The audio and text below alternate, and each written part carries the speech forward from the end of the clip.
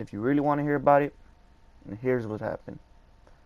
It was a long time ago, and I was working at this local pizza joint called Peter's Pizza. I remember watching the clock, waiting for midnight to strike so I could get the hell out of there. I didn't have any plans. I just wanted to go home, watch a movie, maybe smoke a joint before going to sleep. I hadn't been able to sleep last night. I was tired and pissed. I remember hoping the phone wouldn't ring because that would exactly happen in the food service industry. People call 5 minutes before you close expecting a good service. Yeah, right. Peter's Pizza. What kind of hell named that anyway? Better question is, why did I apply to this job in the first place? I was 25. For starters, most people my age have I'm paying my way through school to fall back on as excuse. But me, shit. All I could say is that's what I'm qualified for because I couldn't decide on a major when I was younger, and now that I'm older and wiser, I realize that everything else is a fucking waste of time. Whatever. Apparently, we had good hands 14 minutes before we could get out. I hate the customers, or the guests as management would call them. Guess my ass. Being a guest requires just a little bit of dignity. So the assholes that would waddle into Peter's Pizza would refer themselves as customers. I didn't know. I didn't work in the front counter too much.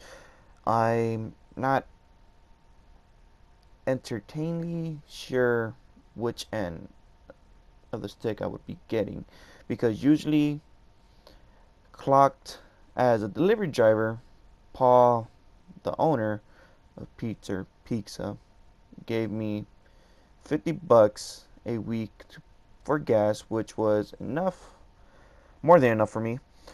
Paul was okay, definitely not my favorite person. He has his moments of president, though.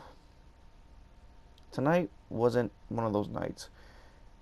He had a stick up his ass for some reason or another, and it was had been since he walked through the door. I could see it on his face and in his eyes behind his glasses. I didn't know I had arrived to work presently stoned and stayed that way till now. I didn't really care about why old Polly was mad, nor did I care if he was getting to feel better. Now with 20 minutes left on the clock anyways. You just close the goddamn door 15 minutes early, can you? I thought, rolling my eyes as I watched the seconds on the hand tick, tick, tick its way around the clock. Paul was one of those bosses, the kind that would leave the door open for another 20 minutes past closing, and he wondered why the turnover rate was so high. When you pander to the customers and not the employees, things are bound to go wrong. I sighed, stretching my back pockets to retrieve my cell phone. That was when the phone behind me rang for the first time in 2.5 hours. Ah, fuck. I groaned, rolling my eyes. Simultaneously, and we kind of clashed. I was pissed. It was 10 minutes till closing. Asshole, I muttered as I picked up the phone and put it to my ear. Thanks for calling Peter's Pizza. This is Ben speaking. As I turned my head slightly, looking towards the office where Paul was busily with paperwork. How may I assist you this evening? Hey, I'm really sorry to be calling this late, the guy said on the other hand. I immediately felt bad. He sounded polite, a bit little anxious, and a little uptight. Are you still delivering? You bet, I said. Oh, good, good. The guy said, thanks. I would it be possible to put an order in for 6 large cheese pizzas, extra cheese? Oh, God. You bet. Anything else I can get you? That's it. The address is 1388 Maple Drive. It's a big place, the guy says. Name? There was hesitation. The absolute smallest one that was smallest that probably wouldn't have been noticeable, but I was in flaw pick mood. It didn't bother the name, not then. Robert. My name's Robert. Be about 25 to 30 minutes, I told him. He thanked me again and hung up. As I punched the order in to my terminal, I heard Paul exclaim in the back, God damn it, he cried, 6 large pizzas. It's almost midnight. You could have closed early, I murmured under my breath. Then the sigh of Paul. Right there with you, boss. The pizzas took 15 minutes to make. Paul told me I could head home after delivery. He didn't feel like waiting around for me. I was fine with that. I didn't know how or where Maple Drive was until I punched it into Google Maps. A quarter after 12. I sat down in my Maserati 3 and started the engine, waiting for the app to load. Your destination should be 45 minutes, Google told me as I tipped my head back in the seat and let out a loud groan. Reaching to my destination by 12:40. That'd be great. Thanks, Google. I kind of wish it would say, "You're welcome, Ben," or something cool like that. But I know how comfortable I would be on first with name basis with a Samsung. The order was 12. The order was total of $70, though, including deliveries charged, maximum of 10 to 20 bucks in my wallet, which was fine with me. Hopefully they weren't assholes who didn't tip. I shifted into gear and started my drive to Maple Drive. I wish we had a delivery zone that was smaller than 30 miles. Whatever. It could have been worse. I didn't know how stoned I was by the time Google announced that I had reached my destination within 3 minutes. I had taken Highway 54 all the way south, and driven had been quick and uneventful. I played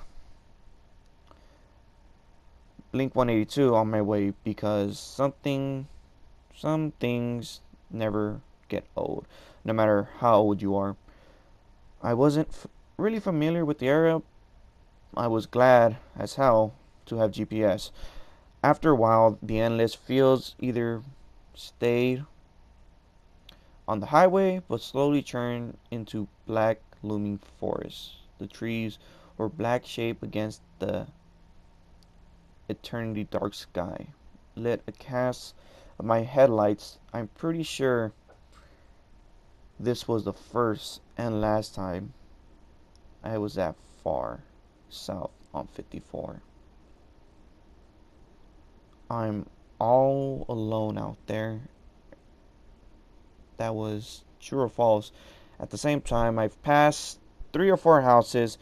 It was a 10 or 15-minute gap between each house, making me wonder, what's the nearest neighborhood?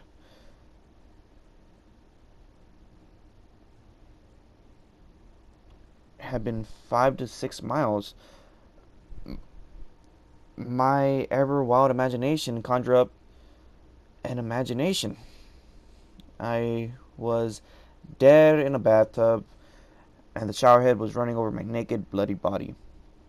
I had fallen, hit my head, and died because there was no one around me to report me missing. I shook my head and continued to drive until I was directly to take the right on Harper Road. I end up turning onto gravel. I sighed as I passed a bullet of riddle speed limited sign saying 55 through here. Are you serious? Who the hell went 50 miles an hour up a paved road? I coasted steadily 40, keeping my eyes peeled for wildlife and randomly farm machinery. I wasn't worried I wasn't worried about other cars because it hasn't been 15 minutes since I seen one. It might have been longer all alone. It was only 5 or so minutes until I reached the end of what it looked like a driveway. The nav told me I would reach my destination after a right. I obliged and continued up the driveway. I was searching for the house. I couldn't find it. The map said the house was on the left of the road, but it wasn't. You arrived to your destination. No, I haven't, I said impatiently. There's nothing here but trees on my left. So thickly knotted together, it looked impossible to walk through, let alone inhabit a home with a modern conversations here. I slowed down a bit and brightened my beams for what could only be a porch light flare up in my rearview mirror on the right side of my road. Google, you asshole.